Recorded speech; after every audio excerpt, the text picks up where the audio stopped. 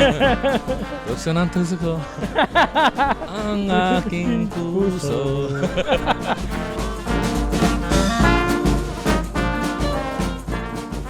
We're here with Gilas Pilipinas national pool team player and Ateneo Blue Eagle, Dwight Ramos. So Dwight, how was the experience so far? And I heard that you were just here today and you weren't there yesterday. Yeah, it was fun coming out here. Just seeing the other guys that play there, the other FilAms. I've seen them in the Philippines. It's good to see them here and play against them again. Mm-hmm. So any particular player that you like so far going up against? There's none in particular. There was a couple on every team you could see had potential. So I think pretty much all of these guys, if they just keep working, they get a lot of potential here. Mm-hmm. So how about your experience with the national team back home? How was it? How was it adapting to the system with Coach Tab Baldwin and everybody else? So I spent a year residency under Coach Tab already, so I kind of understood what his system and everything. So it's kind of like trying to get some of the other guys that are new to understand it a little bit easier. Mm-hmm. And I'm here with CJ Kadua, formerly from the Emilio Aguinaldo College. So how was it? How was the combine for you? Kamusta? Okay naman yung combine. I mean, I know yung mga people here, like some of my friends that I play over there did. So it was good competition naman. Anybody gave you a hard time?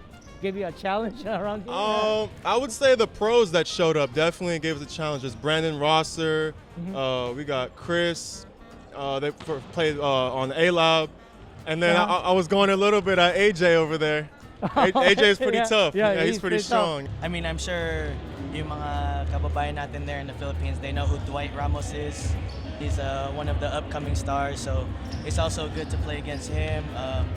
All the UP boys, and also there's a bunch of young upcoming stars that are ready to make the jump to go to the Philippines. So anybody from our motherland have contacted you for recruitment opportunities? Oh yeah, I mean certainly I was over there. I played for Ala Filipinas for the last 2 seasons in the ABL. I played for Jimmy Alapong and the coaching staffs over there. So I've always had a dream and interest in playing over there in the Philippines. So it's just trying to work on getting my ducks in a row to have the opportunity to go out there and play. Well, before I went to college at Maritime, I was being recruited by National University. I was being recruited by Ateneo. I've been in contact with them. We're in talks right now, and I'm just trying to get to know the coaching staff. Hopefully I can go on a visit soon when the country allows us to, and get to know the schools a little bit better, and at that point I'll be able to make a decision. As far as I know, a few schools have contacted me. I just haven't been able to settle out all the paperwork. Oh, okay. So I'd love to come play in the Philippines. That's my goal, is to be able to come play and then play in the PBA. But I need to settle out all the paperwork first, okay, so that I'll be able to come over and be recognized. It's kind of great to come and share my story with the guys here of being a 7-time PBA champion and former Best Import Award and Mr. 100%, and let them know, like, if they go and do things the right way, you will be forever appreciated and loved by the Filipino community and culture. And I'm honored to be here, honored to see these guys and share my story, and hopefully some of these guys can get a chance to go over there and play back in Manila and make a career for themselves and do great things for not only themselves but also for their family. And it was really neat to see all you guys in your Sambetta, outfits. Yeah. I remember watching some of the games when my old teammate Frankie Lynn was coaching Sambetta back in the day. So Frankie Lynn was my very first friend and teammate when I first started with Alaska many years ago. So we're here with FilAm Nation Select Executive Director and the man behind all of this combine, Mr. Christian Gopez. Well, how was it, Coach? Well, first of all, thank you guys for all being here. Thank you too. It's definitely a blessing, to be able to get coverage not only from the Philippines per se, but also here in the U.S. for all these athletes.